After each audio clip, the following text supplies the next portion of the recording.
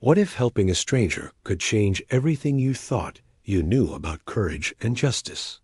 When a Wyoming rancher found a dying Native American woman on his land in 1887, he faced an impossible choice: turn his back or risk everything he had built. But when her tribe arrived at Sundown, they brought something no one expected: proof that would shatter the lies of an entire community. If you're ready for a story that will challenge everything you believe about right and wrong, hit that like button, subscribe to our channel, and ring that notification bell, because what happens next will leave you speechless. But first, let me ask you this. Would you risk your life for a stranger's truth? The Wyoming wind cut across Thomas McKenna's weathered face as he guided his horse along the eastern boundary of his ranch. The autumn of 1887 had been particularly harsh, with early snows already dusting the distant peaks.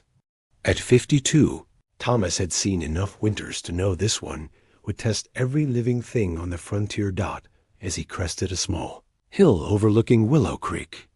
Thomas spotted a figure lying motionless beside the creek bed.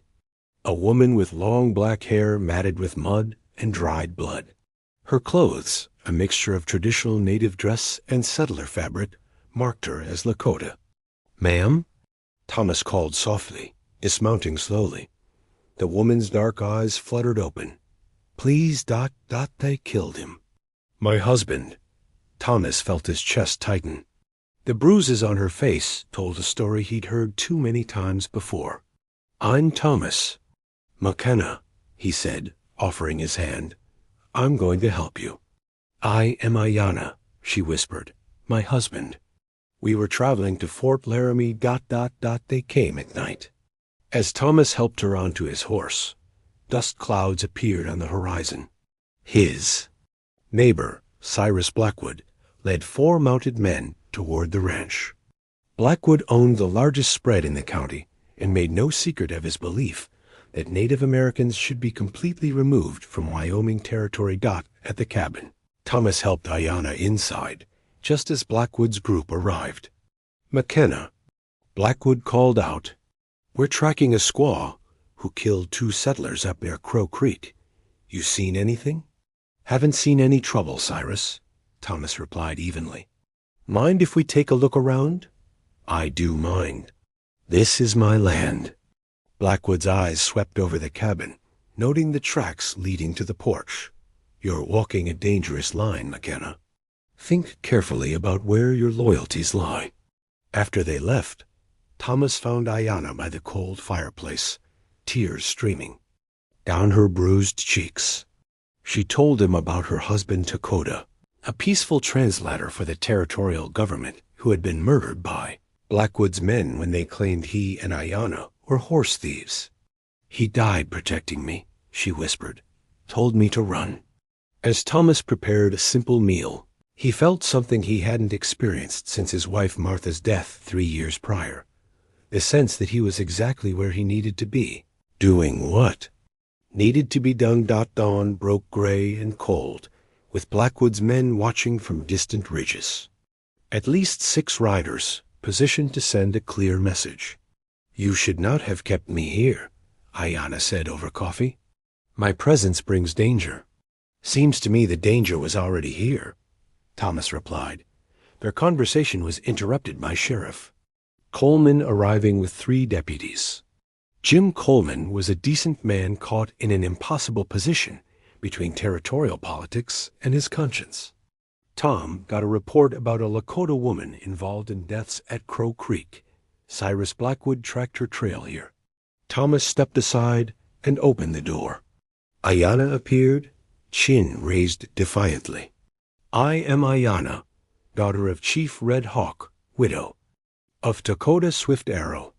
I killed no one, but I will not hide from men who murder innocents." Coleman's face went pale. "Ma'am, I need you to come with me for questioning."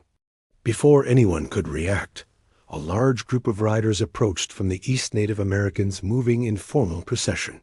Chief Red Hawk, an elderly man in ceremonial dress, led at least 20 warriors. "I come for my daughter," Red Hawk said. In clear English, and to honor a debt. Coleman stepped forward, hand on his pistol. Chief, this is official territorial business. Red Hawk's weathered gaze met Thomas's. Thomas McKenna, you have shown mercy to my daughter in her time of greatest need. This is a debt that must be acknowledged. No debt, Chief. Any decent person would have done the same. You speak of decency as if all men possess it. But we have learned that such men are rare as winter roses. After Ayanna recounted her husband's murder, Red Hawk addressed Coleman directly. Sheriff, my daughter speaks truly. Takoda carried papers from your government. If you find his body, you will see this.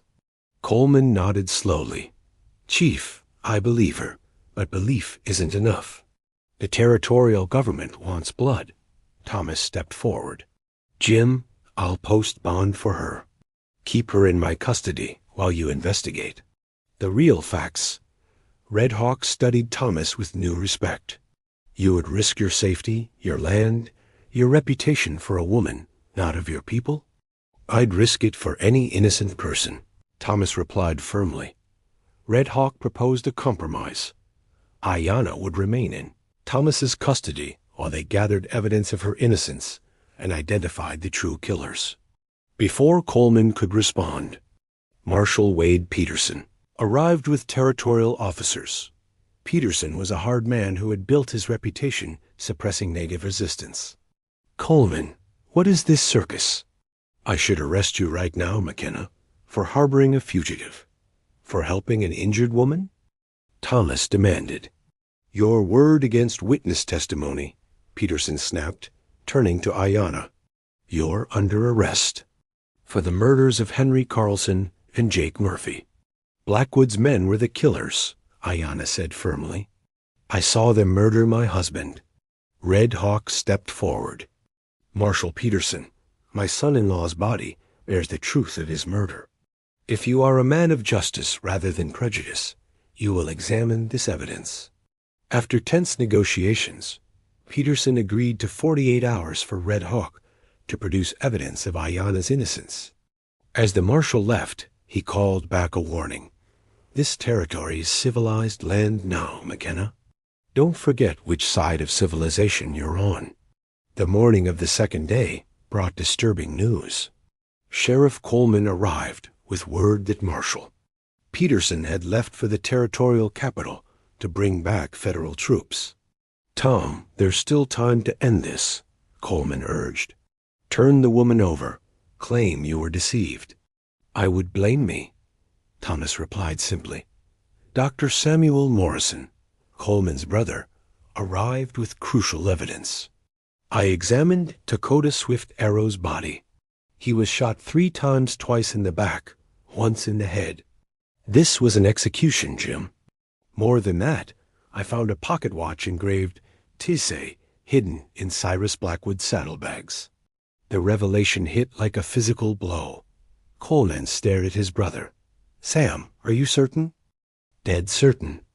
That watch belonged to the victim, and I found it in Blackwood's possession. Ayanna's breath caught, tears streaming as the full horror became clear. Thomas placed a protective hand on her shoulder. Where's Blackwood now? Thomas asked. Gone. Rode out before dawn to meet with Marshal Peterson. Chief Red Hawk approached with grim news. Federal troops march from Fort Laramie 2 companies of cavalry, led by Colonel Harrison. They will arrive before sunset, and Cyrus Blackwood rides with them. Ayanna stepped forward. Father, you must take your warriors and leave.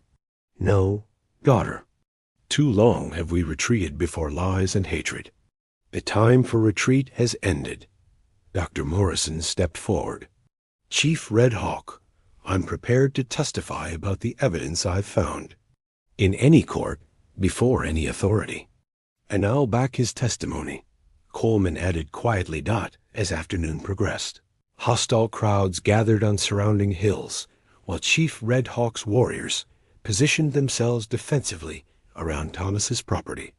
When Colonel Harrison's cavalry finally arrived with Blackwood riding beside him, Thomas stood on his porch with Ayanna, ready to face whatever judgment awaited. Colonel Harrison dismounted with the cold precision of a seasoned soldier, his boots stirring the dust of the sun-baked earth beneath the blazing western sun. His eyes, sharp as a hawk's, scanned the gathered crowd with a mixture of suspicion and authority. "Thomas McKenna," he declared, voice ringing out like a gunshot across the silent yard. "By order of the territorial governor, you are under arrest for harboring a fugitive and inciting an Indian uprising." The gathered settlers and warriors held their breath, the tension thick enough to cut with a knife. Dr. Morrison, standing tall and resolute, stepped forward, his voice steady and unwavering. "Colonel, before you pass judgment, I have evidence documents and witness statements that prove this woman's innocence beyond a shadow of doubt." But Harrison's reply was as cold and unyielding as the stone cliffs that bordered the territory. "Evidence will be examined in the proper territorial court," he said curtly, his tone brooking no argument. "Until then, the law must be upheld." From the edge of the crowd, Chief Red Hawk moved slowly toward the center of the dusty yard, his every step measured and deliberate. His face, carved with the lines of age and wisdom, reflected a quiet strength that commanded respect. "Colonel Harrison," he said, voice low but resolute, "I offer myself in place of my daughter. Take me, and let these good men go free." For a moment, the colonel's hand hovered near his holster, the muscles in his jaw tightening as if to crush the offer. "The time for negotiations is past," he growled, signaling his men to prepare for action. Just then, a sudden, urgent voice cut through the thick tension like a lightning bolt. "Colonel Harrison, stand down." A lone rider, dust swirling in his wake, galloped into the yard, his uniform unmistakable, the blue and silver of a federal marshal. He reined in his horse with practiced ease and called out with authority, "Federal Marshal James Thompson." "Colonel, I bring new orders from Territorial Command." Harrison unfolded the dispatches, his confident mask cracking as fury and disbelief flickered in his eyes. "What does it say?" Cyrus Blackwood demanded, stepping forward, his face draining of color. Harrison's voice was tight with anger and disbelief. "Cyrus Blackwood, you are under arrest for the murder of Dakota Swift Arrow and conspiracy to incite territorial violence." Blackwood staggered back, his face pale as a ghost, disbelief etched deep in every line. "That's impossible. I have guarantees from the governor himself." Marshal Thompson's tone was icy and final. "The governor's guarantees mean nothing when federal investigators uncover proof of your crimes, including payments made by competing ranchers to you, aimed at eliminating Native American competition for grazing rights." As federal troops moved swiftly to seize Blackwood, Thomas felt a warm, reassuring squeeze as Ayanna's hand slipped into his. Around them, Chief Red Hawk's warriors lowered their weapons, while the hostile settlers began to disperse, defeated not by gunfire, but by the undeniable truth. "It's over," Ayanna whispered, hope shining in her eyes. Thomas shook his head, gently, a new fire burning within. "No," he said softly, "it's just beginning." Beneath the full moon's silver light, as justice finally prevailed over corruption and greed, Thomas McKenna understood a truth older than the land itself. Some fights are worth every risk. Some truths worth defending, even when the whole world stands against you. The message from the ancestors had been delivered not through mystic visions, but through the ancient wisdom that honor and truth are more valuable than safety and convenience. And in the end, that was message enough. Asterisk, as the first light of dawn crept over the horizon, painting the sky with streaks of orange and pink, the camp stirred with a newfound sense of hope. The settlers, once divided and suspicious, now looked on with respect and a cautious optimism toward their native neighbors. The long shadow of injustice that had darkened the territory was beginning to lift. Thomas and Ayanna stood side by side, watching the sun rise over the rugged landscape. "This land has seen too much bloodshed," Thomas said quietly. "But maybe now, with justice on our side, peace can take root." Ayanna nodded, her eyes reflecting the fiery dawn. "The fight. For truth never ends, Thomas. But together, we can build something better, something lasting." Behind them, Chief Red Hawk spoke with Marshal Thompson and Dr. Morrison, planning the next steps to ensure fairness and lawfulness would reign in the territory. The federal presence promised to keep a watchful eye on corrupt officials and greedy ranchers who sought to exploit the land and its people.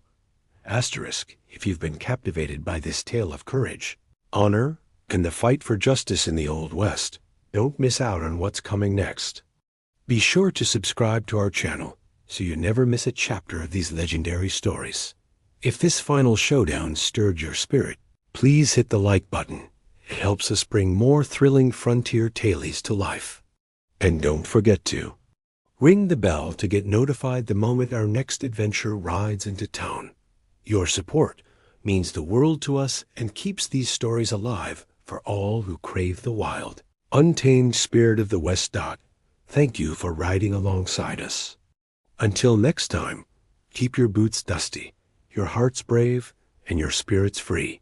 Would you like me to help you create a teaser for the next series or a behind-the-scenes look at how these stories come to life? Just say the word, partner,